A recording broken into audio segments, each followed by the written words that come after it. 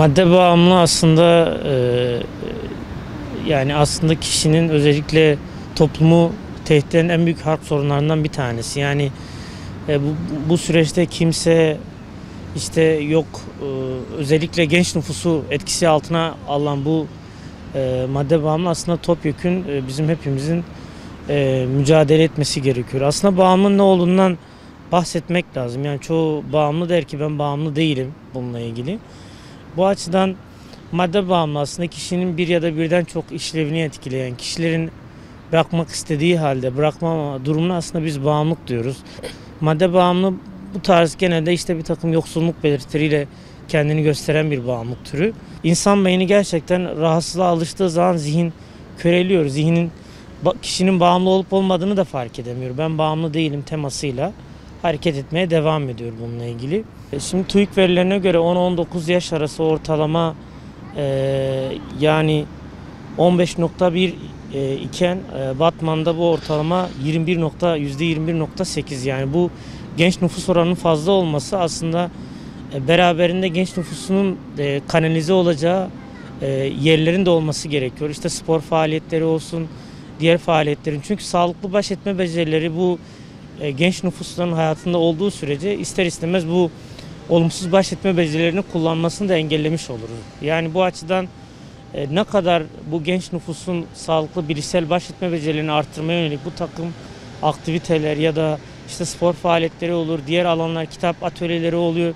Bu tarz atölyeleri biz artırırsak çok daha güzel olacağına inanıyoruz bununla ilgili. Birleşmiş Milletler'in aslında işte uyuşturucu raporu var. Bununla değinmek çok daha iyi olur. Yani bu raporda ortalama işte özellikle 2020 Dünya Uyuşturucu raporuna baktığımız zaman bunun 2009-2018 yıllarına göre aslında uyuşturucu %28 arttığını söylüyor. Birleşmiş Milletler arasında bu uyuşturucu raporu. 2018'de dünya genelinde işte madde kullanım oranı 5,3 iken dünyada yaklaşık 13 milyon aslında genç esrar kullandığını rapor bize bunu söylüyor. Bu da bizim için aslında bu rapor güzel bir veri ortaya çıkarıyor. Ne kadar vahim olduğunu, durumun ne kadar tehlike arz ettiğini de ortaya çıkarıyor aynı şekilde. 15-16 yaş grubu yani 11 milyon bu rapor bize onu söylüyor. 11,6 milyon öğrencinin bu uyuşturucu aslında aldığını söylüyor bize bu aynı şekilde.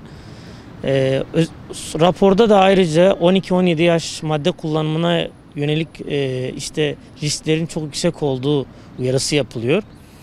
Bir de İçişleri Bakanlığı aslında 2019 yılı Türkiye Uyuşturucu raporuna göre nüfusun %3,1'i aslında yaşam boyu, 3,1 yaşam boyu madde kullanırken hayatında en az bir kez esrar kullanım oranı aslında %2,7 ve en yoğun da madde kullanım yaş grubu ise %35,4 ile aslında 15-24 yaş grubunun olduğu söyleniyor.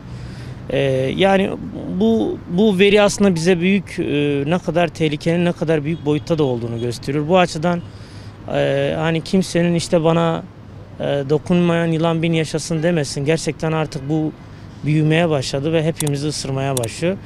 Bu açıdan hepimize sorumluluk düşüyor.